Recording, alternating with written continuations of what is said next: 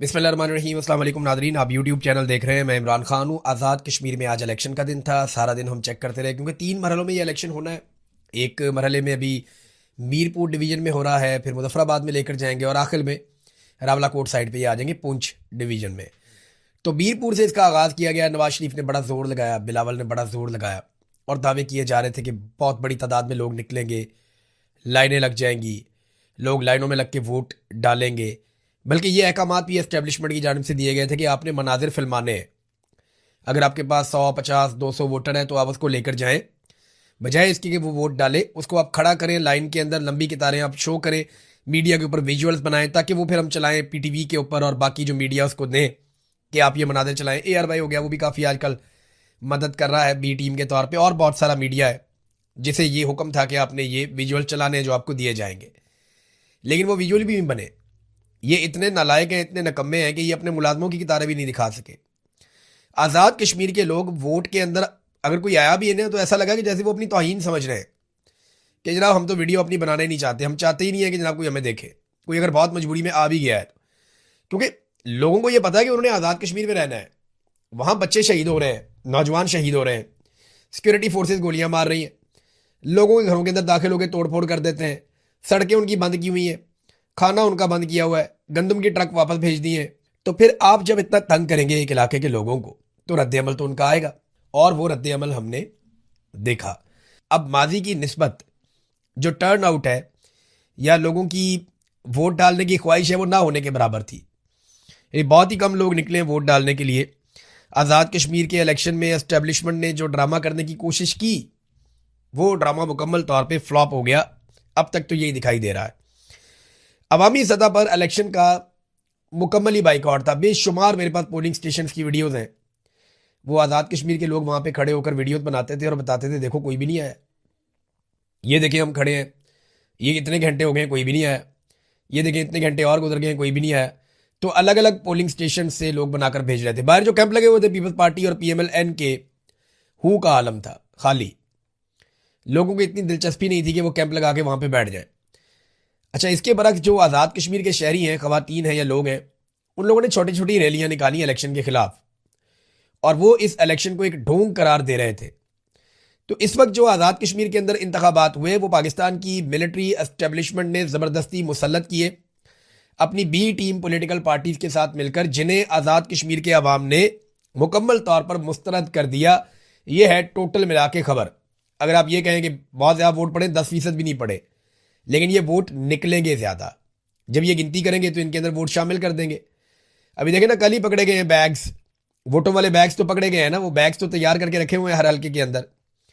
किसी हल्के में 10 बैग्स तैयार हैं, किसी में 20 बैग्स तैयार हैं। तो वोटों वाले बैग्स तो इन्होंने पहले से तैयार किए हुए हैं। इलेक्शन कमीशन जो है वो मुकम्मल तौर पर जानिबदार है और वो खेल रहा है पाकिस्तान की मिलिट्री एस्टेब्लिशमेंट की जानिब से। यानी ऐसा लगता है कि सेक्टर कमांडर ऑफिस से इलेक्शन कमीशन को कंट्रोल किया जा रहा है, जैसा कि हमेशा किया जाता है। पाकिस्तान के इंतखाबात में भी यही हुआ था। वहाँ पाकिस्तान तहरीक इंसाफ इंतखाबात में हिस्सा ले रही थी, उसने सारी सीटें जीत ली। इलेक्शन कमीशन ने आसिम मुनीर साहब के कहने पर जाली फॉर्म 47 जारी करके सारी सीटें PMLN को और पीपल्स पार्टी को बांट दी। इसके बावजूद PTI सबसे बड़ी जमात बनी। इसके बावजूद हालांकि उनकी आधी से ज़्यादा नशस्तें छीन ली गई। तो ये 2 नंबरी पाकिस्तान की तारीख में पहली मरतबा नहीं हुई, लेकिन इतने बड़े पैमाने पर इससे पहले भी नहीं हुई। लेकिन जो रिकॉर्ड आसिम मुनीर साहब ने बना दिया ना वो मादी में कभी नहीं बने। अभी हमने गिलगित बल्तिस्तान का इलेक्शन भी देखा, हमने बहुत सारे ज़िमनी इंतखाबात भी देखे। आज हम आज़ाद कश्मीर का इलेक्शन जो है उसकी गिनती अब इस वक्त हो रही है जब मैं ये वीडियो रिकॉर्ड कर रहा हूँ, तो वो भी आप देख लेंगे। हमेशा ये होता था कि क्योंकि लोग ज़्यादा आ जाते थे वोट डालने के लिए, लोगों का रश लगा हुआ होता था, लाइनें लगी हुई होती थी, लोग पोलिंग स्टेशन के अंदर दाखिल हो जाते थे, तो इसलिए पोलिंग का टाइम इलेक्शन कमीशन जो है वो 1 घंटा बढ़ा देता था। कभी 1 घंटा, कभी थोड़ा ऊपर नीचे करके बढ़ा देता था कि जनाब हम टाइम इसलिए बढ़ा रहे हैं कि जितने लोग आ चुके हैं उन्हें मौका दें और वो वोट डाल दें। इस मरतबा अजीब काम ये हुआ कि टाइम इसलिए बढ़ाया गया कि शायद कोई वोट डालने ही आ जाए। ये उल्टा काम हो गया।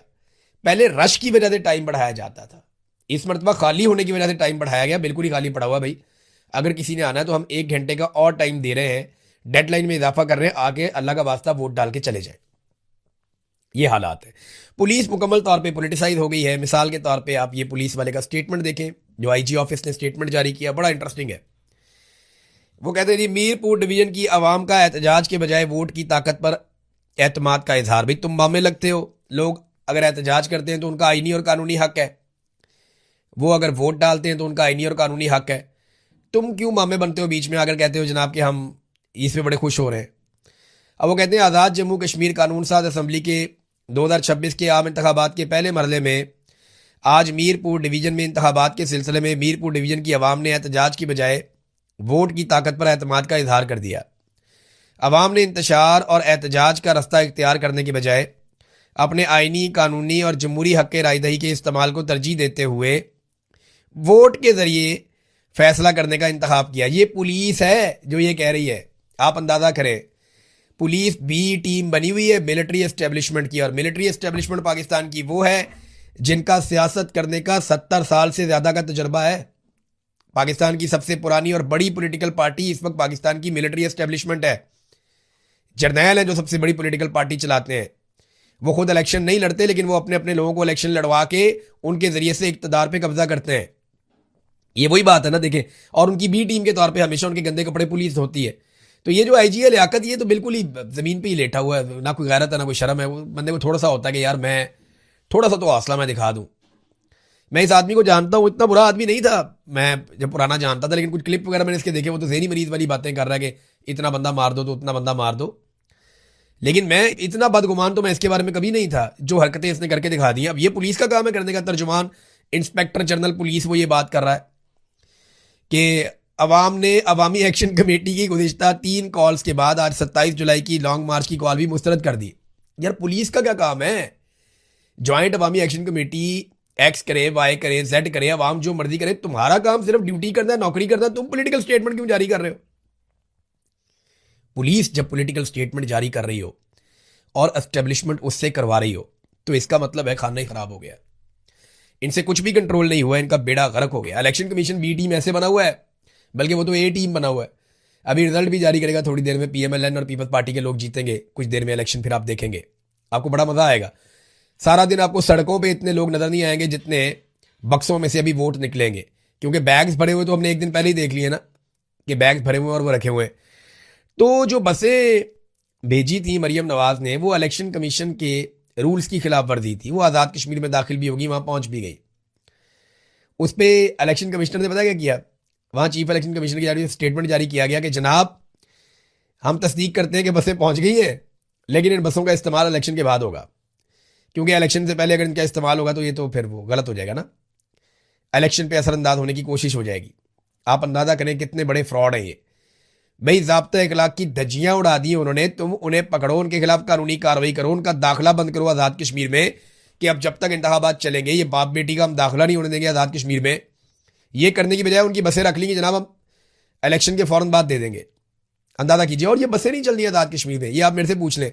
मैं इन बसों का पीछा करूंगा और आपको बताऊंगा फ्यूचर में कि इन बसों का क्या बना और ये बसें कहाँ गई और उनकी हालत क्या है, ये मैं आपको बाद में बता दूंगा। अब नाज़रीन, पाकिस्तान तहरीक इंसाफ ने जो फैसला किया था बाइकआउट का, बहुत सारे लोग इस पर तनकीद भी कर रहे थे, वो फैसला दुरुस्त साबित हो गया तहरीक इंसाफ का। और उनका फैसला साबित किया वक्त ने कि लोगों ने दिलचस्पी नहीं ली इंतखाबात में। अगर तहरीक इंसाफ भी इंतखाबात लड़ती तो कुछ थोड़ा बहुत और लोग निकल आते, लेकिन ओवरऑल ये इंतखाबात जो हैं वो इनकी कोई हैसियत या कोई साख नहीं है। आलमी सतह पर भी नहीं होगी, आज़ाद कश्मीर में भी नहीं होगी, और ये इलेक्शन दोबारा करवाने ही पड़ेंगे। एक वक्त आएगा कि आपको दोबारा आज़ाद कश्मीर में इलेक्शन करवाने पड़ेंगे, क्योंकि ये हुकूमत कभी भी अवामी हुकूमत तस्लीम नहीं की जाएगी। जैसे पाकिस्तान में आपने मुसल्लत की हुई है, वैसे ही अगर आप मुसल्लत करके इसको घसीटते रहें और चलाते रहें तो आपकी मर्जी है। जो हालत आपने पाकिस्तान की है उससे बदतर हालत आप आज़ाद कश्मीर की कर देंगे। लेकिन वहाँ के लोग फिलहाल डट कर खड़े हैं। आज जो लॉन्ग मार्च है, कल लॉन्ग मार्च निकला, वो वहाँ मीरपुर से ऊपर चले गए पुंछ की तरफ, और आज मुजफ्फराबाद की तरफ जा रहे हैं लॉन्ग मार्च के काफिले। लोग मुजफ्फराबाद की तरफ बढ़ रहे हैं, देखते हैं उनको कैसे रोका जाता है, वहाँ जाके वो किस किस्म की हिकमत अमली अपनाते हैं और कहाँ जाकर बैठते हैं, और मुजफ्फराबाद के लोग किस तरीके से रिस्पॉन्ड करते हैं। ये सारी चीज़ें हमें आने वाले चंद घंटों में पता चलेंगी। लेकिन पाकिस्तान तहरीक इंसाफ ने एक स्टेटमेंट जारी किया। उन्होंने कहा जी आज़ाद जम्मू कश्मीर में आज होने वाले इंतखाबात इस हकीकत को बेनकाब कर रहे हैं कि अवाम का इस इंतखाबी अमल पर एतमाद तकरीबन ख़त्म हो चुका है। पोलिंग स्टेशन पर वोटर की तादाद ना होने के बराबर है, जबकि दूसरी जानिब अवाम की एक बड़ी तादाद अपने हुकूक और मुतालबात के लिए सड़कों पर मौजूद है। ये मंजर इस बात की वाज़ेह सबूत है कि हुक्मरान जमातें अवाम का एतमाद खो चुकी हैं। अच्छा, फिर उन्होंने कहा अफसोस की बात है कि आज वही जमातें इंतखाबी मैदान में मौजूद हैं जिन्हें अवाम पहले ही मुस्तरद कर चुके हैं। मुस्लिम लीग नून और पीपल्स पार्टी इक़्तिदार की बंदरबांट में मसरूफ़ हैं, जबकि कश्मीरी अवाम अपने बुनियादी हकूक़, मसाइल और हकीकी नुमाइंदगी के लिए आवाज़ बुलंद कर रहे हैं। बहरहाल आज़ाद कश्मीर के अवाम ने मुकम्मल तौर पर इन इंतखाबात को मुस्तरद कर दिया है और अब इनकी कोई कानूनी, आइनी या इखलाकी हैसियत या साख वो बाकी नहीं रही। अब आ जाए नादरीन एक और ख़बर की तरफ। ये भी खबर बड़ी इंपॉर्टेंट है। इसमें अक़वाम मुत्तहिदा की जानिब से इमरान खान साहब को लेकर एक मुतालबा किया गया है। ये एलिस जे एडवर्ड, ये अक़वाम मुत्तहिदा की स्पेशल रिपोर्टर हैं टॉर्चर के हवाले से, उन्होंने एक स्टेटमेंट जारी किया। इन्होंने लिखा जी कि former prime minister Imran Khan now held in near total solitary for 33 months in a small windowless cell under 24/7 CCTV। Imran Khan साहब को जो है वो कैद तन्हाई में रखा हुआ है, 33 महीनों से ज़्यादा हो गया है और एक बहुत छोटे से बगैर खिड़की वाले सेल के अंदर उनको बंद किया गया है। वो 24 घंटे उनको वहाँ रखा जाता है 7 दिनों तक और CCTV उनके ऊपर जो है वो निगरानी करती है। ये CCTV कैमराज वगैरह जो लगे होते हैं। Often more than 2 weeks continuously. ऐसा भी हुआ कई दफ़ा कि 2-2 हफ्ते तक उनको लगातार विदाउट एक्सरसाइज और मीनिंगफुल ह्यूमन कॉन्टैक्ट, 2-2 हफ्ते तक उन्हें किसी इंसान से बिल्कुल ही उनका कॉन्टैक्ट नहीं हुआ और उन्हें एक्सरसाइज करने की भी इजाज़त नहीं दी गई। This far exceeds the Mandela rules. ये जनाब खिलाफ वर्जी है मंडेला रूल्स की। नेल्सन मंडेला के हवाले से उनके नाम को इस्तेमाल करते हुए रूल्स बनाए गए थे और ये तय किया गया था कि कैदियों को क्या सहूलतें दी जाएंगी और किस हालात में कैदियों को रखा जाएगा और कौन कौन सी चीज़ें तशद्दुद के ज़ुमरे में आती हैं। I call on Pakistan to restore human conditions. मैं पाकिस्तान से ये मुतालबा करती हूँ कि वो फौरी तौर पर जो इमरान खान साहब के इंसानी हकूक़ हैं या जो कैदियों के हकूक़ हैं उन्हें वो बहाल करें। ये अब मुतालबा अक़वाम मुत्तहिदा की जानिब से आया, लेकिन पाकिस्तान की सरकार को परवाह कोई नहीं है। वजह यह है कि परवाह क्यों करे, डोनाल्ड ट्रंप का जो जूता है उसका साया सर के ऊपर है और डोनाल्ड ट्रंप का जूता पॉलिश करके जिंदाबाद काम चल रहा है और मौजें लगी हुई है, क्योंकि ट्रंप का जूता अभी तक सर पे शफकत भरा जूता है उसका। अगर ट्रंप अपना जूता उठा ले सर के ऊपर से तो फिर इनको धूप लगेगी, फिर इनको मुसीबत पड़ेगी, फिर इनको अक़वाम मुत्तहिदा के स्टेटमेंट से भी फ़र्क पड़ेगा, यूरोपीय यूनियन के स्टेटमेंट से भी फ़र्क पड़ेगा, एमनेस्टी इंटरनेशनल के स्टेटमेंट से भी फ़र्क पड़ेगा। लेकिन जब तक डोनाल्ड ट्रंप ने अपना शफकत भरा जूता और उसका साया इनके सर पे रखा हुआ है तब तक इन्हें परवाह करने की ज़रूरत नहीं है। लेकिन मैंने थोड़े दिन पहले खबरदार किया था और मैंने बताया था कि जेल के अंदर एक औरत है जिसका नाम है नादिया ख्वाजा। ये जेल के अंदर बहुत ही इलीगल एक्टिविटीज़ करती है और ये जेल में बहुत ताकतवर औरत बनी हुई है और ये दावा किया गया, जो मेरे सोर्स ने मुझे बताया, कि ये ऊपर से लेकर नीचे तक सबको खिलाती पिलाती है और इस तरह की औरतों को इस्तेमाल किया जाता है जेल में पॉलिटिकल खवातीन को दबाने के लिए, पॉलिटिकल खवातीन को निशान इबरत बनाने के लिए और जो पॉलिटिकल खवातीन जिन्हें आसिम मुनीर साहब के गुस्से ने जेल में बंद किया हुआ है उन खवातीन की ज़िंदगी अजीरन करने के लिए। मैंने ये सारी चीज़ें बताई थी और मैंने तब ये कहा था कि IG को इसके ऊपर नोटिस लेना चाहिए, होम सेक्रेटरी को इसके ऊपर नोटिस लेना चाहिए और जो मुतल्लिका अफसरान है वो इस सारी चीज़ को चेक करें। ये बहुत बड़ी ज़्यादती है कि पॉलिटिकल कैदियों को, जिनके सिर्फ पॉलिटिकल व्यूज़ की वजह से वो जेलों में है, आप उन्हें जराइम पेशा अफराद के उनके सामने आप फेंक दें और जराइम पेशा अफराद जो चाहे उनके साथ सलूक करते फिरें या उनके साथ बदसलूकी करें। अभी ये इंसिडेंट हो गया बहुत अफसोसनाक। इसको पाकिस्तान तहरीक इंसाफ के जनरल सेक्रेटरी सलमान अकरम राजा साहब ने और बहुत सारे और लोगों ने इसको रिपोर्ट किया है। पता ये चला कि जो नादिया ख्वाजा नामी औरत है, मैंने पहले खबरदार किया था और वही हरकत हुई है। ये औरत 10 खवातीन के साथ बैरक में दाखिल हुई। अब बताएं ये कैसे आ सकती है 10 खवातीन को लेकर? जेल के अंदर ऐसे तो नहीं होता कि आप दंदनाते फिरें, आपका दिल कर रहा है आप इधर चले जाएं, इस बैरक में चले जाएं, उधर चले जाएं, ऐसे नहीं होता। अब ये 10 खवातीन को लेकर बैरक में दाखिल हुई तो आलिया हमजा साहिबा वॉशरूम से आ रही थी तो उन्हें गले से पकड़ लिया और तशद्दुद शुरू कर दिया। अब ये एक जानलेवा हमला है, आप किसी खातून का गला दबाएं तो उसकी मौत हो सकती है। तो फिर वहाँ पे जो बाकी पाकिस्तान तहरीक इंसाफ की खवातीन हैं, जिनमें सनम जावेद, फलक जावेद, दीगर खवातीन, उन्होंने भागकर आलिया हमजा को छुड़वाया और उनकी जान बचाई और इसमें इन खवातीन को, इन औरतों के नाखून भी लगे और ये मामूली जख्मी भी हुई। अब मामला ये है कि रात को खवातीन सो रही हों और ये गैंग इसी तरह आके उनके ऊपर अटैक करके उनको जान से मार दे तो इसका जवाब कौन देगा? ये मैं पहले इसलिए कह चुका हूं कि जिम्मेदार इसका IG जेल खाना चाहता है, नंबर 1। नंबर 2, होम सेक्रेटरी वो भी इसके लिए जिम्मेदार है, उसको रिस्पॉन्सिबिलिटी लेनी पड़ेगी। और जेल का जितना अमला वहां पे मौजूद है, superintendent of Kot Lakhpat jail और उसके साथ जो बाकी लोग हैं वो सारे भी जिम्मेदार हैं। ये औरत तो कहती है ये जेल के अंदर अगर कुछ कर रही है तो उसके लिए जिम्मेदारी जो इंतजामिया है उनकी है, और उनको पहले खबरदार किया था। मैंने आज से 2 या 3 दिन पहले ये वीलॉग करके बताया था। ये आप छोटा सा क्लिप सुन लें, आपको पता चल जाएगा। मेरे पास जेल के अंदर से खबर आई है, ये कोट लखपत जेल के अंदर से मैं आपको खबर दे रहा हूं। जो जेल का अमला है उनमें से एक खातून ने मुझे जो खबर दी वो मैं आपके सामने रख देता हूं। ये नाजिया ख्वाजा नामी एक खातून है, एक औरत है जो जेल के अंदर बंद है, और इसको स्पेशल जगह पे रखा गया है। ऐसी जगह पे रखा गया है जहां पे खवातीन कैदियों को ज्यादा देर तक नहीं रखा जाता, लेकिन इसको स्पेशल स्टेटस जेल के अंदर दिया गया है। ये नादिया ख्वाजा नामी जो खातून है ये दावा करती है कि अनमोल पिंकी के साथ भी इसके ताल्लुकात हैं, और जेल में इसको बहुत प्रोटोकॉल दिया जाता है। जेल का अमला भी परेशान है कि इसको इतना प्रोटोकॉल क्यों मिलता है, और ये वहां जेल में सबको कहती फिरती है कि जनाब मेरे तो ताल्लुकात ऊपर तक हैं, तो जो मैं पैसा खर्च करती हूं वो तो आईजी तक जाता है और जेलर तक जाता है और हर जगह पे जाता है। ये जेल में चौड़ी होकर फिरती है ये औरत। नाम है इसका नादिया ख्वाजा। इसकी 3 बेटियां भी मुबैना तौर पर इसके साथ जेल के अंदर बंद है, यह भी दावा किया गया, और यह भी बताया गया कि ये जेल के अंदर मिनरल वाटर की जो बोतलें हैं उनके अंदर शराब भी सप्लाई करती। इसको जेल में सिगरेट, वेप और नशा और हर तरह की चीजें लाने की इजाजत है, और यह बाकायदा मनशियात का कारोबार करती है, और इसने पूरी जेल का माहौल खराब किया हुआ है। वहां पे खवातीन जो है उनको हर चीज सप्लाई की जाती है, और जराइम पेशा खवातीन के अंदर पाकिस्तान तहरीके इंसाफ की खवातीन को जानबूझकर मिक्स करके रखा जा रहा है। मैंने उनसे पूछा जी आपके जेल का कोई तरीकाकार नहीं है, कोई ऐसा मैनुअल नहीं है कि ये सियासी कैदी हैं इनको अलग रखें, ये आदि मुजरिम कैदी हैं इनको अलग रखें, ये मंशियात वाले हैं इनको इधर रखें? उन्होंने कहा जी सारा कुछ ही होता है, लेकिन इस वक्त पाकिस्तान तहरीके इंसाफ की खवातीन को तंग करने के लिए जानबूझ के उन्हें ऐसी औरतों में बंद किया जाता है जो हार्ड कोर क्रिमिनल्स हैं, वो आपस में भी लड़ती झगड़ती रहती हैं और इनको भी इरिटेट करती रहती हैं, और वो नशा करती हैं, जिसकी वजह से ये घरेलू खवातीन है, उनका सिर्फ एक जुर्म है ना कि उनका एक मौक़िफ़ है, वो पॉलिटिकल खवातीन है, मुजरिम तो नहीं है ना, कोई जराइम पेशा तो नहीं है, तो उनको बंद किया जाता है उनके साथ, और ये बड़ी ज्यादती है। तो मुझे वो जो सोर्स है उन्होंने कहा कि जी आप ये खबर जरूर दें, हमें उम्मीद है कि आप ये खबर देंगे तो इसकी इंक्वायरी होगी कि ये खातून और इनकी जो बेटियां हैं, इन्होंने ये जो ड्रग का सिलसिला शुरू किया हुआ है जेल के अंदर, और जिस आराम से वो एक सेल के अंदर रह रही हैं, जिस तरह वो अपना टाइम गुजार रही हैं, ये बहुत बड़ी ज्यादती है, और सियासी कैदियों को इनके जरिए से परेशान किया जाता है, ऐसी औरतों के जरिए से। बहरहाल ये मैंने मामला आपके सामने रख दिया, अब देखते हैं कि इसके ऊपर क्या इंक्वायरी होती है। तो देखिए मैंने पहले बताया था लेकिन कुछ भी नहीं हुआ, तो अभी भी वक्त है इसकी इंक्वायरी करें और इस मामले को संजीदगी से देखें। ये नाज़रीन एक और रिपोर्ट आई है मेरे पास, ये रिपोर्ट है Pakistan institute of development economics की। ये रिपोर्ट कहती क्या है कि पाकिस्तान में शरह गुर्बत 40% से ज़ायद, दही इलाकों में यानी जो गाँव वाले इलाके हैं वहाँ पे 50% से ज़ायद बढ़ गई है गुर्बत। बलूचिस्तान में सबसे ज़्यादा गुर्बत है 70%।